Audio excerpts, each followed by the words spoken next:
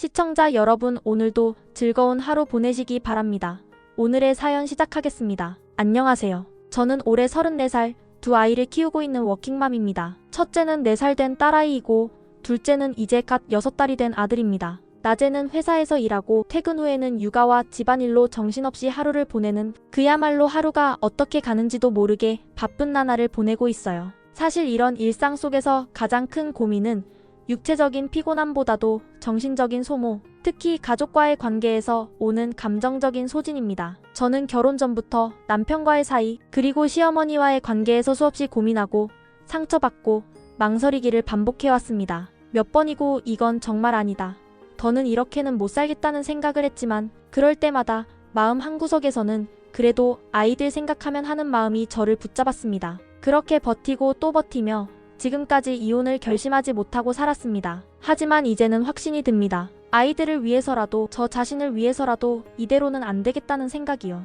저는 며칠 전 결국 남편과 시어머니에게 제 의사를 분명하게 밝혔습니다. 더는 이렇게는 못 살겠다고, 이혼을 하겠다고요. 물론 이 말이 저에게도 쉽지 않았습니다. 하지만 오랫동안 누르고 참았던 감정을 꺼내놓고 나니 한편으론 후련하고 또 한편으론 앞으로 어떻게 해야 할지 막막한 마음도 들더군요. 그래서 지금 이 글을 통해 제 이야기를 나누고, 혹시라도 저와 비슷한 상황에 계신 분들이 계시다면 조언도 듣고 싶고 마음을 함께 나눠보고 싶어서 글을 남깁니다. 남편과 저는 결혼 전에도 참 많은 일이 있었습니다. 사소한 다툼은 물론이고 결혼을 정말 해야 할지 고민했던 순간들도 있었어요. 사실 지금 돌아보면 이혼보다 파혼이 낫다는 말이 참 맞는 말이구나 싶습니다. 그때 단호하게 결단을 내리지 못하고 그래도 여기까지 온 인연인데라는 미련 때문에 결혼을 강행했던 제 자신이 참 어리석었다는 생각이 듭니다. 결혼 후에도 맞벌이 부부로 열심히 살았습니다. 저도 회사에 다니며 일했고 남편도 바쁘게 지냈습니다. 그러다 첫째 아이가 태어나면서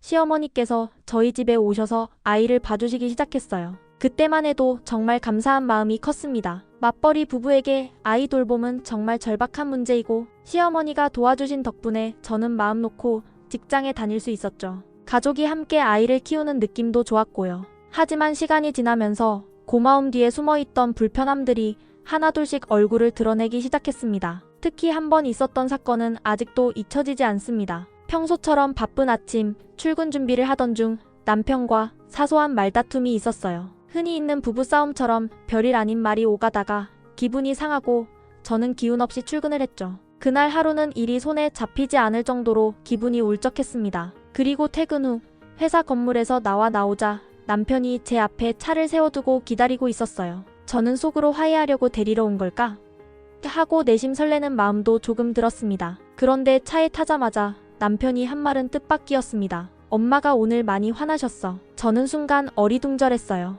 내가 뭘 잘못했는데 어머니가 화가 나셨어? 하고 물었죠. 그러자 남편은 이렇게 말했습니다. 아침에 당신 엄마한테 인상 쓰고 인사도 안 하고 엄마가 말 걸었는데 대답도 안 했대. 그래서 엄마가 너무 속상해하고 앞으로 애 안 봐주신다고 하셔. 저는 그 말에 정말 놀랐습니다. 왜냐하면 저는 그날 아침 분명히 시어머니와 웃으며 인사도 나누고 오늘 하루 잘 부탁드려요 라고 말씀드렸거든요. 그리고 어머님이 이것저것 물어보실 때도 성실하게 대답했고요. 기억이 너무 뚜렷하게 나서 저는 그건 사실이 아니에요, 그런 일 없었어요 라고 말했습니다. 하지만 남편은 제 말을 듣지 않았습니다. 어쨌든 엄마가 그렇게 느꼈다면 당신이 잘못한 거야. 엄마한테 가서 다시는 안 그러겠다고 사과해. 저는 너무 억울하고 마음이 상했습니다. 내가 하지도 않은 일을, 사실과 다른 말을 시어머니가 남편에게 그대로 전달했고 남편은 그 말을 아무런 의심 없이 믿고는 저에게 무조건 사과하라고 요구했던 거죠. 마음 같아선 억울하다고 소리치고 싶었지만 현실은 그렇게 간단하지 않았습니다. 시어머니가 아이를 봐주지 않겠다고 하신다면 저는 당장 회사를 그만두어야 했고 그건 경제적으로도 심리적으로도 큰 부담이었어요. 결국 저는 그날 저녁 고개를 숙이고 죄송합니다, 제가 잘못했습니다 라고 말했습니다. 마음속에서는 울컥 울음이 치밀어 올랐지만 아이를 위해, 현실을 위해 제 자존심을 눌러야만 했습니다. 시간이 조금 흐르고 나서 그때 있었던 일들을 곱씹어 생각해보니 도저히 그냥 넘길 수 없는 의심이 생겼습니다. 혹시 그날 아침 일은 남편과 시어머니가 미리 짜고 벌인 일은 아니었을까? 라는 생각이 머릿속에서 떠나지 않았어요. 그날의 상황을 다시 하나하나 되짚어보면 실제로 시어머니가 주장한 그 무례한 태도는 제가 전혀 기억하지도 못할 뿐만 아니라 아예 그런 일이 없었다고 확신할 수 있었거든요. 그런데 남편은 아무런 의심 없이 시어머니의 말을 그대로 받아들이고 오히려 저를 몰아세웠습니다. 그 모습을 보고 있자니 두 사람이 미리 입을 맞춘 건 아닐까 하는 생각이 자연스럽게 들었어요. 그때 조금 더 용기 냈어야 했는데 라는 후회도 큽니다. 차라리 시어머니가 아이를 더는 안 봐주겠다고 하시더라도 그 자리에서 저는 그렇게 행동한 적 없습니다. 없는 얘기를 만들어서 저를 곤란하게 하지 마세요 라고 분명히 말했어야 했어요. 호격으로 인해 직장을 그만두는 상황이 왔더라도 그때 당당하게 대응했더라면 지금 이 지경까지 오지는 않았을지도 모릅니다. 저 자신이 너무 유약했고 상황을 무조건 참아야만 한다는 믿음에 갇혀 있었던 게 후회됩니다. 사실 시어머니의 이상한 행동은 그 전부터도 여러 번 있었어요. 지금도 믿기지 않지만 아이가 5개월쯤 되었을 때였던 것 같아요. 어느 날 시어머니가 갑자기 본인의 가슴을 꺼내 아이에게 물리려는 모습을 보이며 얘도 내 젖 먹더라. 나도 젖 나와 하며 즐거운 듯 말씀하셨습니다. 그 순간 저는 정말 경악했고 어떻게 반응해야 할지 몰라 굳어버렸어요. 저는 웃어넘겼지만 속으로는 역겨움에 속이 뒤집힐 것 같았습니다. 시간이 지난 지금 다시 생각해보면 정말 말문이 막히고 소름 끼치는 장면이었어요. 왜 그런 행동을 아무렇지 않게 했는지도 그걸 자랑처럼 말할 수 있었는지도 도저히 이해되지 않습니다. 또 한 번은 저에게 대놓고 너희 엄마라고 하면서 친정어머니를 무시하는 투로 말하셨습니다. 저는 시어머니 입에서 그런 식의 표현이 나올 줄은 정말 몰랐습니다. 며느리 앞에서 예의를 갖춰야 할 사돈을 그렇게 함부로 지칭하는 사람이 있다는 게 충격이었고 그게 반복되면서 어느 순간 제 마음속에서는 시어머니에 대한 존중이 점점 사라지기 시작했어요. 말이 안 통할 때는 험한 말까지 서슴지 않으셨습니다. 제가 한 말이 마음에 들지 않는다며 대놓고 지랄하지 마라는 말을 하셨을 때는 정말 눈물이 핑 돌았습니다. 내가 이 집에서 얼마나 우습게 보였으면 어른이라는 사람이 며느리에게 저런 말을 아무렇지도 않게 던질 수 있을까. 자존심이 송두리째 무너지는 순간이었어요. 게다가 시아버지도 제 친정 부모님을 너무 가볍게 여긴 건지 예전에는 직접 친정에 찾아가 500만 원 정도를 빌린 적도 있었어요. 큰 돈은 아니지만 약속한 기간이 지나도 갚지 않아서 친정엄마께서 언젠가 제게 조심스럽게 말을 꺼내셨습니다. 빌린 지 벌써 3년이 지났는데도 아무 말도 없고 갚을 기미도 보이지 않는다고 하시더라고요. 제 친정은 결코 부유한 집이 아니고 엄마는 그 돈이 돌아올 줄 알고 아껴 쓰고 기다리셨을 텐데 말이에요. 그런 이야기를 들었을 때 죄송하고 또 민망해서 땅이라도 꺼졌으면 좋겠다는 생각이 들었습니다. 그렇게 하나하나 쌓이다 보니 저는 이 시댁이라는 공간이 정상적인 관계 안에서 움직이는 집이 아니라는 결론을 내리게 되었습니다. 시부모님의 그릇된 말과 행동, 그리고 그런 사람들 앞에서 늘 저를 방패 삼아버리는 남편의 태도가 저는 더 이상 견딜 수가 없습니다. 남편은 늘 시어머니 편이었습니다. 제가 시어머니의 말이나 행동에 대해 조금이라도 불만을 표하면 남편은 제 말을 들으려 하지 않았어요. 오히려 저를 비난했고 나중엔 결국 네가 너무 예민하다는 말로 끝을 맺곤 했습니다. 싸움이 벌어지면 문제를 일으킨 사람이 따로 있음에도 언제나 제가 분란을 만든 사람이 되어야 했고 그런 상황이 반복되면서 저는 제 자신을 못난 사람으로 여기게 됐습니다. 정말 괴롭고 외로웠습니다. 심지어 아이들을 보여주는 문제에서도 항상 차별이 있었어요. 시부모님이 손주 보고 싶다고 하면 제가 몸이 아프든 일정이 있든 무조건 아이들 데리고 시댁에 가야 했습니다. 반면 친정엄마가 손주 보고 싶다고 하면 남편은 오늘 너무 피곤하다.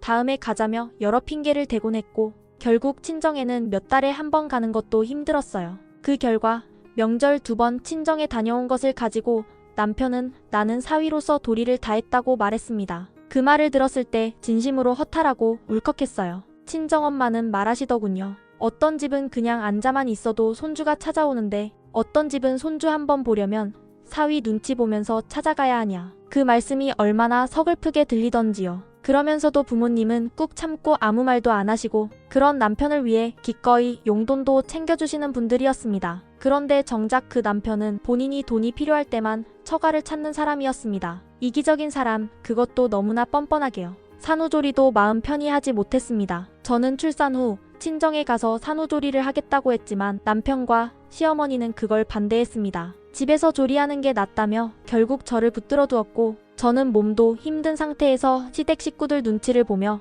하루하루를 견뎌야 했습니다. 충분히 쉬지도 못한 몸은 지금도 겨울만 되면 여기저기 쑤십니다. 그때 제대로 조리했더라면 지금은 괜찮았을 텐데요. 한때는 그래도 아이들을 생각해서 시댁을 미워하지 말자는 다짐을 수없이 했습니다. 남편도 시어머니도 완벽하지 않지만 어른이니 내가 좀 더 참자고 말이에요. 하지만 이게 평생 지속된다면 내가 이 사람들과 살다 보면 정말 정신이 무너지고 몸도 망가질 거라는 위기의식이 들었습니다. 실제로 잠자리에 들어 누웠을 때 숨이 턱 막혀오고 눈물이 나고 내가 미쳐가고 있구나 하는 생각에 소스라치게 놀라 깨어난 밤이 한두 번이 아닙니다. 둘째 아이가 태어나기 얼마 전부터였던 것 같아요. 남편은 그 즈음부터 계속 자기에게 맞는 일자리가 없다며 일을 하지 않기 시작했습니다. 처음에는 그저 잠시 쉬는 줄 알았어요. 회사에서 마음고생이 많았던 것도 알았고 직장인으로서 지친 모습을 옆에서 지켜봤기에 조금은 쉬게 해줘야겠다고 생각했던 것도 사실입니다. 하지만 그 쉬는 시간이 점점 길어지더니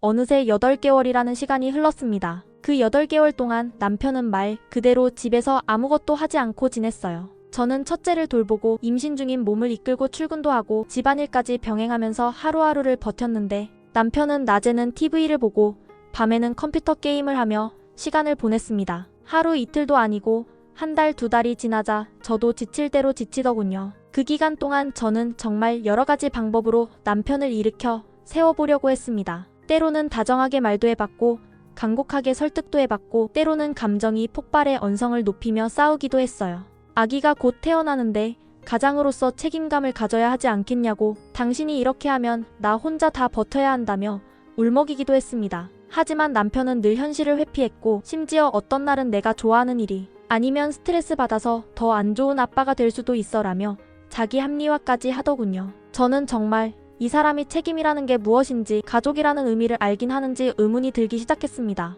어느 날은 너무 화가 나서 아이들을 데리고 집을 나갔습니다. 그냥 무작정 집을 나와 한참을 걷고 또 걸었습니다. 물론 어린아이들과 함께한 외출은 쉽지 않았지만 그 순간만큼은 집이라는 공간 안에 더 이상 있고 싶지 않았어요. 밤이 깊어지고 아이들이 피곤해 보이기에 어쩔 수 없이 다시 집으로 들어갔습니다. 돌아와 보니 남편은 거실에서 편안하게 앉아 컴퓨터 게임을 하고 있고 TV에서는 예능 프로그램이 흘러나오고 있었습니다. 그 모습을 보자 한숨도 안 나왔어요. 그냥 맥이 풀리고 모든 힘이 빠져나가는 기분이었습니다. 그렇게 놀고 또 놀며 아무 일도 하지 않던 남편은 결국 생활비가 바닥나고 냉장고는 텅 비고 집에 쌀이 떨어지고 전기요금이 밀릴 지경에 이르러서야 겨우 일자리를 알아보기 시작했습니다. 그리고 지금 겨우 일한 지 2주가 되었어요. 그런데 저는 여전히 불안합니다. 이 사람이 또 언제 핑계를 대고 일을 그만둘지 모르니까요. 이번엔 직장을 오래 다닐 수 있을까 하는 마음과 또 실망하게 될까 두려운 마음이 하루에도 몇 번씩 엇갈립니다. 더 한심했던 건 시어머니의 반응이었습니다. 남편이 그렇게 오랫동안 아무것도 하지 않고 빈둥거리며 지냈던 동안 시어머니는 단 한마디의 잔소리도 하지 않았습니다. 우리 아들 스트레스 많이 받았을 거야. 요즘 같은 세상에 일자리 구하는 것도 쉽지 않다 하며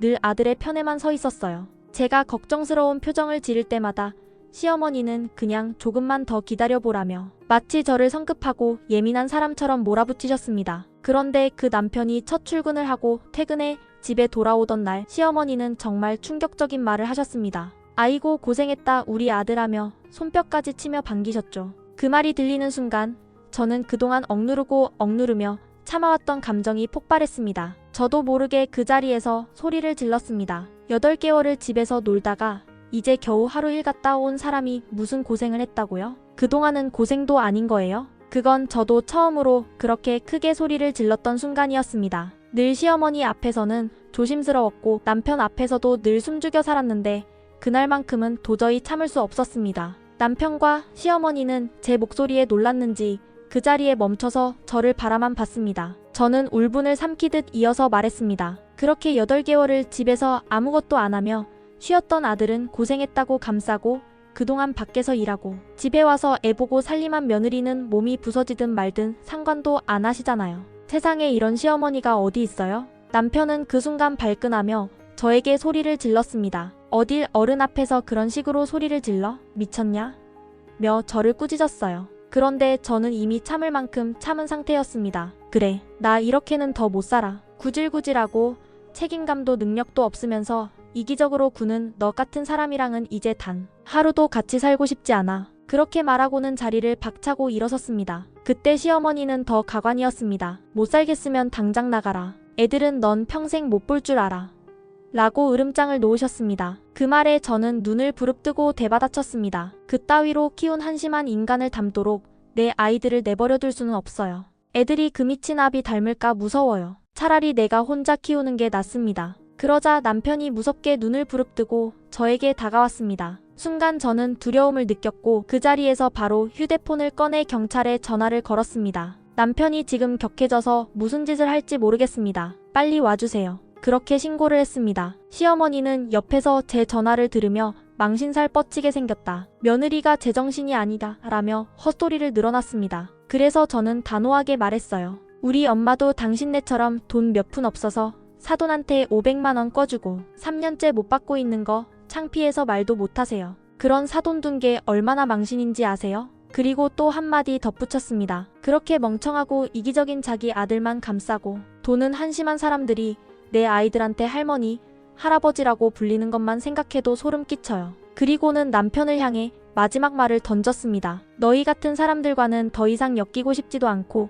하루도 같이 살 수 없어. 당장 이혼이야. 아이들은 내가 데리고 나갈 거니까 그렇게 알아. 시어머니라는 사람이 저에게 한 말이 지금도 생생하게 기억납니다. 우리 씨를 어딜 내 마음대로 데려가냐. 아이를 데리고 친정으로 간 저를 향해 한 이 말은 단순한 언행 이상의 모욕이었어요. 그 말을 들은 순간 가슴이 서늘해지며 한편으로는 묘한 각성이 오더군요. 이 사람들은 정말 나를 사람으로 보지 않는구나. 나와 내 아이들을 자신들의 소유물쯤으로 여기는구나 싶었습니다. 순간 더는 이런 말에 휘둘리며 살 수 없다는 생각이 들었고 아이들만 챙기고 제 출근 옷 몇 벌만 조용히 가방에 담아 친정으로 향했습니다. 그동안 묵묵히 참았던 제 자존심이었는지 스스로의 남은 자리를 찾기 위한 발걸음이었는지 어쨌든 저는 그렇게 조용히 그러나 단호하게 그 집을 나왔습니다. 그런데도 남편은 저와 아이들이 사라진 집안에서 아무런 연락도 하지 않더군요. 자존심이 있었던 걸까요? 아니면 상황의 심각성을 몰랐던 걸까요? 그렇게 3일이 지나서야 겨우 남편에게서 전화가 왔습니다. 마치 아무 일 없었다는 듯 그만 장난치고 들어오라고 하더군요. 그 말 한마디에 저는 정말 가슴 깊이에서부터 분노가 치밀었습니다. 저는 단호하게 대답했습니다. 나 지금 장난 아니야. 당신이 그렇게 무시하던 나 이제 사랑하는 엄마와 함께 아이 키우면서 평온하고 행복하게 살 거야. 우리는 이혼할 거고 나는 더는 당신의 집에서 며느리로 아내로 살 생각 없어. 남편은 그때부터 전화를 걸어서는 화를 내고 또 다음 통화에서는 갑자기 고개를 숙이며 내가 잘못했어. 다시는 안 그럴게 하는 식으로 말을 바꾸기를 반복했습니다. 그렇게 이랬다 저랬다.